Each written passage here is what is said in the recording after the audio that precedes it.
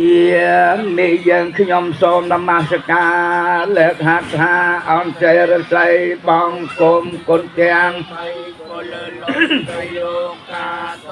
បនកងកុសលឲ្យបានដល់យើងខ្ញុំណាពេញពោស្មារតីរាដោយចលស្រាធំទូលាយសូមឲ្យ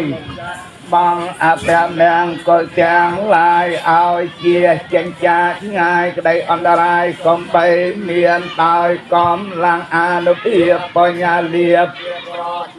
កងបញ្ញារាសីមានសុខបាំងសានកុំមានមោះដោយគុណនមស្ការតរតនាប្រសើរពួរសូមអានិសង្ឃដាក់ដល់ឋាននៅពីណវន្តិនិពុទ្ធយ៉ាងសាបមេវតោសង្ឃនធម្មេភន្តិវន្តិមិខមង្សាបមេវតោធម្មមេភន្តិវន្តិមិសង្ឃងសាបមេសង្ឃមធម្មេភន្តិដោយអនុភាពនៃកិរិយានមស្ការថ្វាយបង្គំសូមឲ្យទីនេះទៅកំបីមានតែសាលាបាទសូមលោកគ្រូអ្នកគ្រូដែរ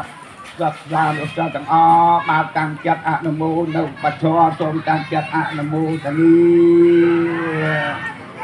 ចិនក្រោយពីយើងគោរពលើបណ្ណាការលើកដល់គុណបរណតៃ